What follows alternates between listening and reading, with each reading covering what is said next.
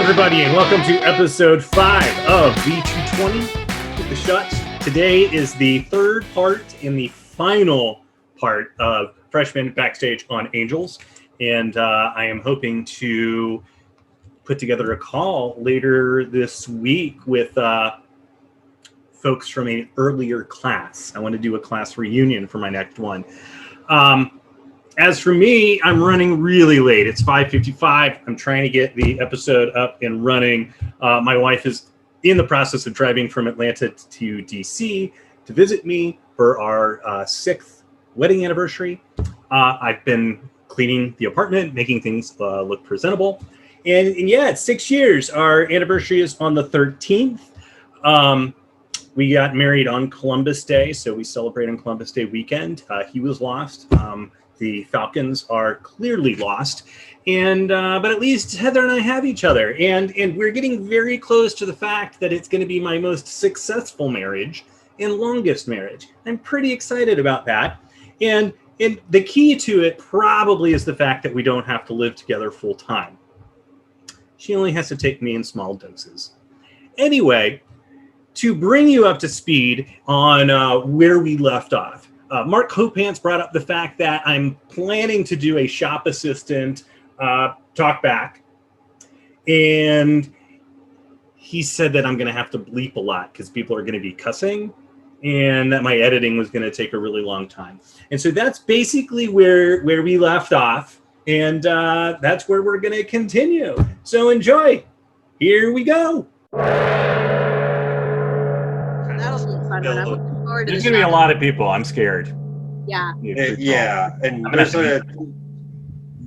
going to have to bleep a lot. Your editing's going to take hours. There's no the FCC doesn't have anything over me.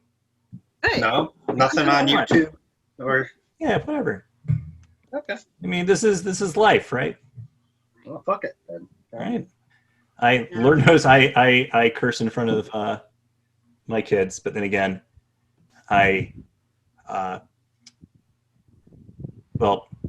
Fisher will know, being in a military family. No, because I'm a well-educated sailor. Right. So, like, my vocabulary is up there. And my daughter is 8. And I was chatting with her the other day, and I said, Mommy says cuss words all the time. I had to actually explain to her what a cuss word was because it's so part of my natural speech patterns. Right. And I was like, basically, it's the words you're not allowed to say at school. She's like, oh, yeah, you say fuck all the time. I love it. So Fisher, you were like the only person to be part of the show from the beginning. Like, you were there through. And Nicole and Mark, I'm assuming you were brought on like Tech Week. Yeah. Days after I arrived, like we were all new together. I have no idea. I showed up. I think I was just like working in the shop, and all of a sudden my workday extended through the doors, and here you go, come under the stage with me, and I pretty much didn't leave for a week. So Sounds about right. Pretty sure we were all in new hire orientation together. So yeah, I didn't realize. I think you were there. I came in Tech Week. I think you were there like a couple days before me. Maybe 3 days. Like when we were talking about it, I was like, "Was it?" I know it was more than a week, but 2 weeks. 2 weeks seems long. And Rob Daniel was like, "It was like 10 days." I'm like, "Yeah, okay. Well, that explains a lot." Yeah, I didn't know the show before you, but that probably was the matter of a day or two. So the vision itself, like being there from like the beginning, the first rehearsals, do you think it like met the benchmarks of what Joy and Rob were wanting to accomplish? It's hard. I wanted to look over some of those production meeting notes. I just didn't. My mom took pictures of the wrong things because my book's in Ohio and I'm in Spain. So, but I think if memory serves, I would say yes. But I was just kind of big doe-eyed at that point. Like, I'm on my own. I'm living on my own. I'm taking English in college campus, and I'm doing all it. Oh, it's so amazing. You know, my parents. I have a cell phone, and that's when they were new children.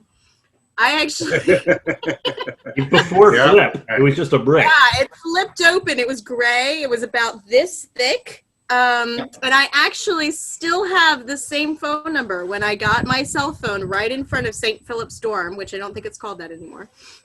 But if memory serves, I think that that it was pretty close. And I remember the rehearsals I all kind of melded together. But what I can remember is the production meetings where everybody is trying to figure out how we can do it, how we can actually do it on budget, and how to actually make it all work.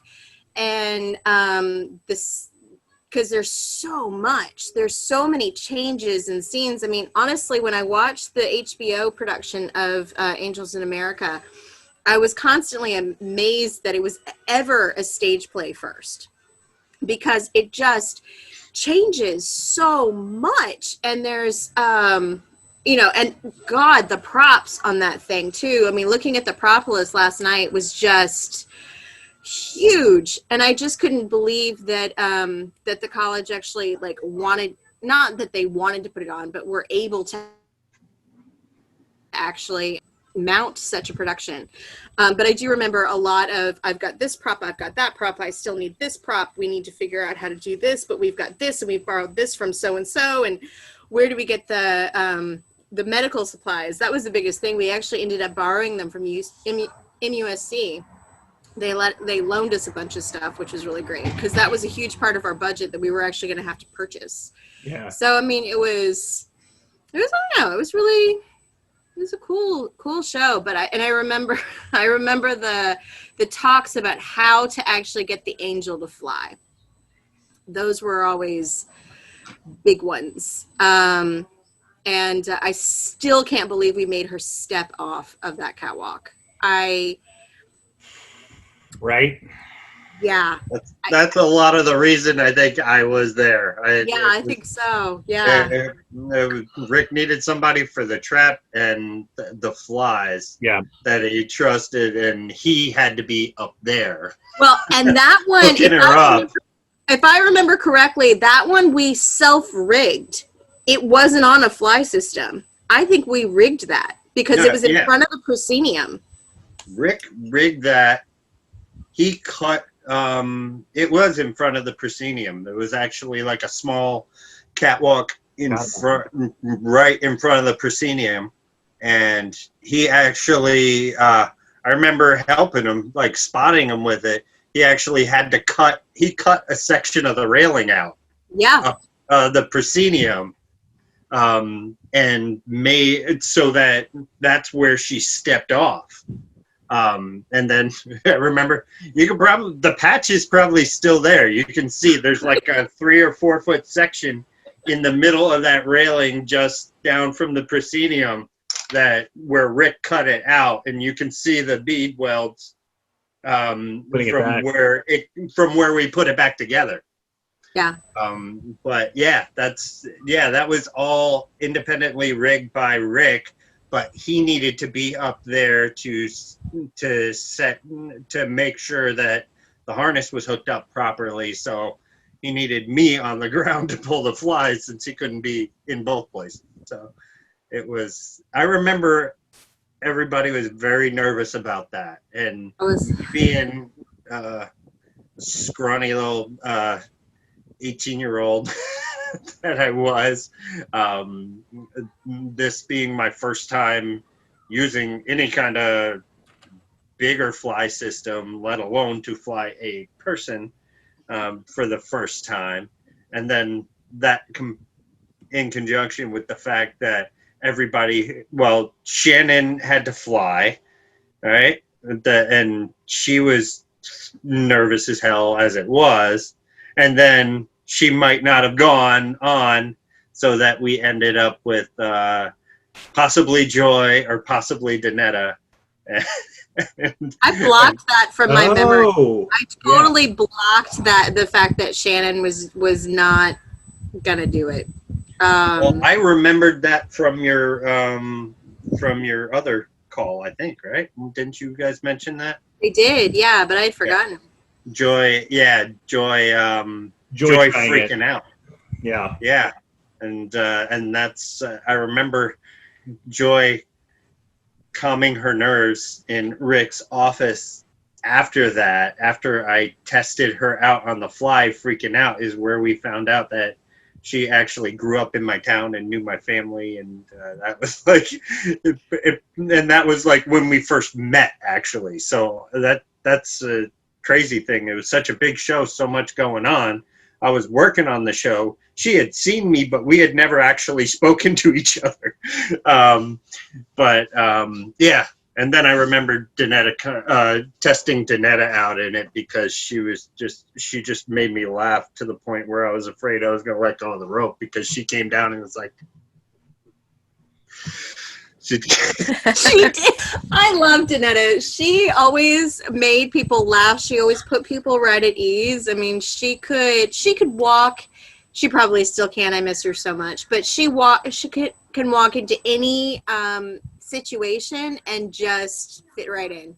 she's just funny as hell. Like it just if she was gonna say anything, it was likely going to make you laugh. Like she wouldn't say anything if she didn't so have. talented.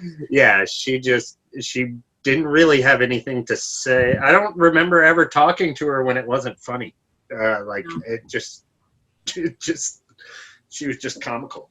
Just yeah. You know about her one-woman show, right? I did. I read about I did. I'm sure that's incredible. Well, and she got nominated for, what is it? A Drama League, and let's see. So the Drama League won for Distinguished Performance, and then there was another major one. She's in the same category as Harvey Fierstein. Oh, wow. Yeah, Harvey. But because he does, am I saying it's at Fierstein? I don't have. Because he does one-man shows all the time, and they're both for the, like, it's not the Obies, but, and I'm trying to like look it up really quick, but I talked to her back in May when we were putting together the virtual graduation for people, and she gave, if you were there, she gave a hell of a keynote. Someone has a recording of it, I believe, and it was amazing, as you can imagine.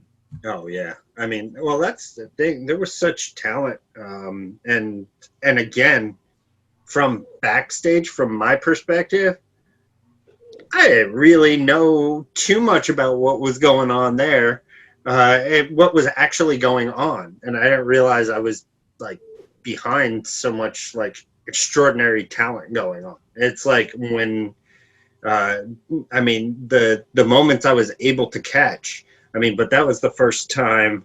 That was the only time that I think Shannon, Danetta, Rob, Kevin, I think they were all gone after that. Yeah. Davey, you, and Doug were the only ones that were still around after that. So I was never really able to see those guys, in anything else.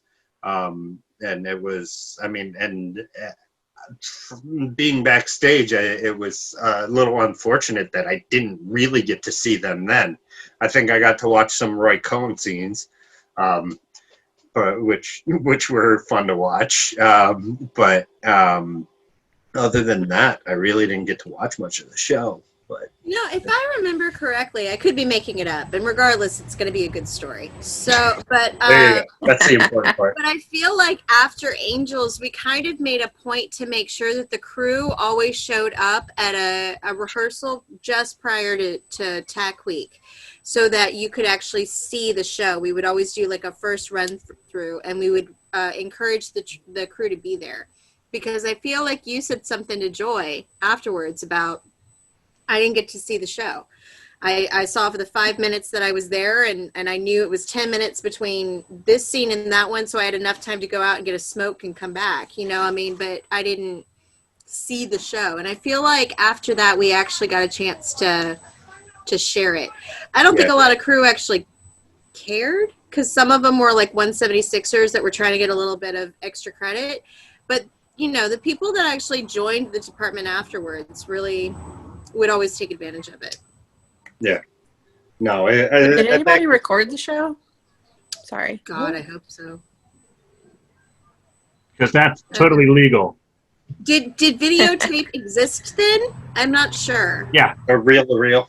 There was somebody was sitting in the back with a chisel, It was underneath their trench coat. carving shit. Yeah. I have recordings of Mackinac because I was AD on that one with Catwinkle. That's why I remembered the progression, because Catwinkle asked me to do that after seeing America Hurrah, which I did after Angels. Yeah. That was Yeah, Mackinac was great. It stocked the college with scaffolding and expanded metal for So much. They probably are still using it. It wouldn't surprise me. No, I know I took advantage of some of it for Trojan Women. Yeah. well. Yeah. Working. I know we used it. For Working, Mars Quest. Yeah, sorry. Go ahead. What was the Shakespeare project that following year? Oh, use it in Working? Because I think it was Mackinac, and then Working was used a lot of it on Working. We always had a musical in the spring. So wasn't Brigadoon that spring? That first year. Yeah, like spring '99. Wasn't Brigadoon that year? Oh no, that was no. I thought that was. I think Brigadoon, but Mackinac was after that, wasn't it? Mackinac was the following year. The following year, so that would have been spring of '99. Mackinac was fall of. And it was Working, so we could use all that shit you got for Mackinac. Yeah. We got some use out of it, and then I think Mars Quest happened probably in that same year, right? So I think Mars Quest wasn't that like in that February spot, or was that I don't know, because it was the children's theater spot, which, as far as I know, was never done before and never done again. It had been done before, but I don't know if it was the same spot, because it was like a show. I think that was the only time it had been done. There had been a children's theater spot in my time there. Yeah, I don't remember anyone. Yeah. Because I remember, I mean, you don't unsee Shuts and Tights, I think. So you. But it was really funny, and it's kind of cool in a way, like, you know, because a lot of everybody's a little cocky, and especially very serious actors that were on stage for that, for a musical, which like almost none of you were musical actors. No. I know you definitely were not. And yeah, it was interesting. But anyway, we did. Although I'm still waiting for an opportunity to be in Drowsy Chaperone as Man in Chair, who only sings. A friend of mine did the original design for that. Actually, Okay. It worked on the original show. Oh yeah. Yeah. I'll see if I can find out who's going for rights in the greater Atlanta area. Boom. Jeez.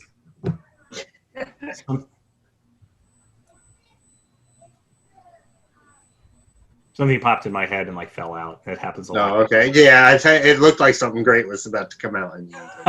But I remember what I was going to say. When I started the school, it was only 4 main stage shows a year. And in February, they had this spot called, it was Premier Theater. And so it kind of had the same function as the Shakespeare project ended up, where it was kind of like this semi-professional, everyone got a cut. And it was an opportunity for like faculty and students and people just from the kind of theater scene in general in Charleston to be able to audition for. And that first year, it was Ghosts. And I remember it was Eddie Garcia and Brent Lang and a few people. And then, like, that went away. Like, they stopped doing it. And then Shakespeare Project came in as, like, this precursor to fall. So the premiere slot had been in like, no, it had been like in January, because I think that they had realized that a bunch of students were always hanging around in the summer and hanging around over Christmas break or coming back early, and like, let's take advantage of these spots. And so that's how Shakespeare Project kind of got started in August or September.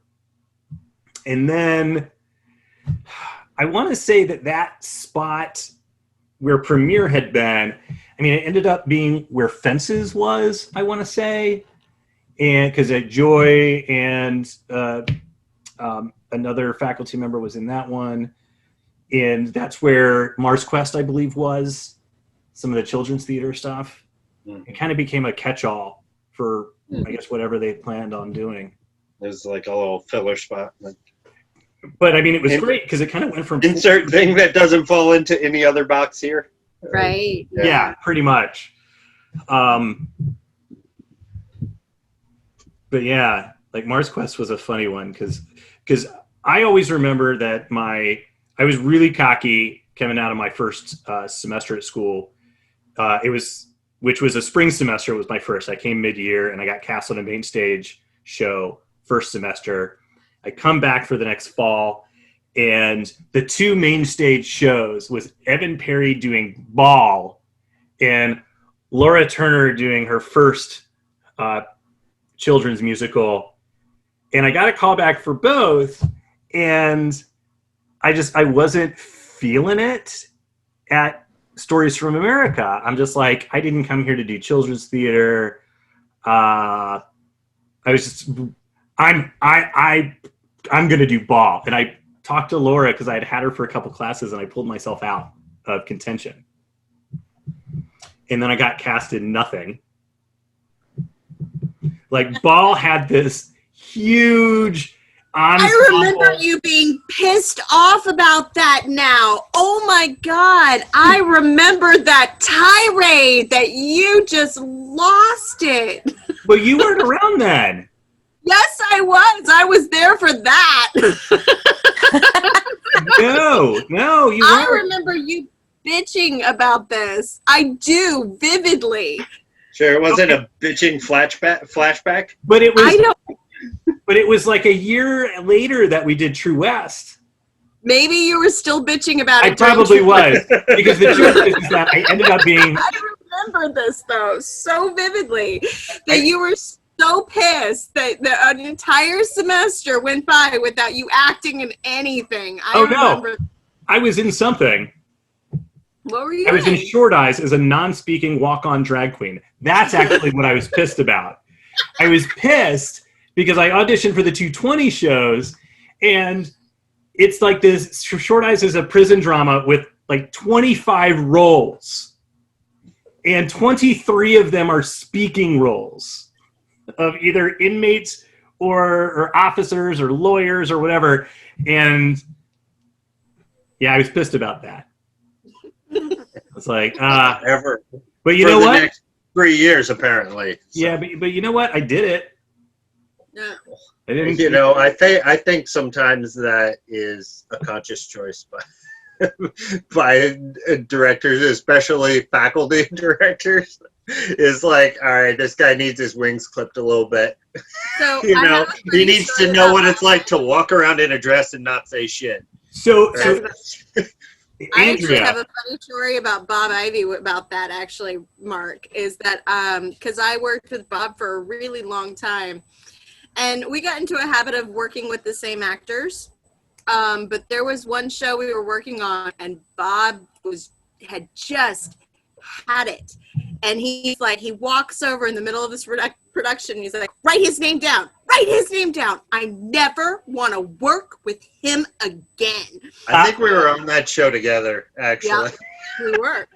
I don't want to mention names, but I I'm think sure you it know relates who we're back to a very familiar Shuts story. Yes. And And it was funny because at the next audition, Bob was like, I love him. He's so wonderful. I love working with him. And I was like, I flipped over to the page and I was like, don't do it. Don't do it. Don't work with him again. You're going to be mad in like a week. And yeah, he passed him. He was mad in a week. Well, then yeah, I remember what show that was. I remember everything about that. And I remember that was when Bob started his courting process of me to try and get me to audition for one of his shows. Yes. Which he finally succeeded a couple years later. Which show did he finally get you in? What was it called? It was like a musical review. Starting Here, Starting Now. It was during my hiatus. I was not part of Yeah, that was my junior year, I believe. He got me to be in a show. I'm sorry, I missed that. I would have loved to see that, actually. You probably would have. That would have been exciting, but yeah, one time only. So Andrea, I think I remember. So True West was a show that Phil and I self-produced because both Phil and I had been cast our first semesters of our freshman year and then had this huge main stage dry spell. And so we self-produced it as an opportunity to be like, hey, people aren't giving us a chance to do these kind of like meteor roles. And it ended up working. But if you had come to one of our after parties, we probably were not imbibing in any sort of alcoholic beverage that would spawn Phil and I to wax poetic about why we were doing that show and all of the stories in which led up to making the choice of doing True West. So that does make sense that you were privy to. But I learned something very important on doing that, and it's like stop making other people's decisions for them. Like I should have just gone through with the casting process and seen how things panned out rather than removing myself from it. Yeah, I made that mistake in high school, I think, too, where I was like, I only want this role, and I didn't get cast in that, and right. Then I ended up stage managing again.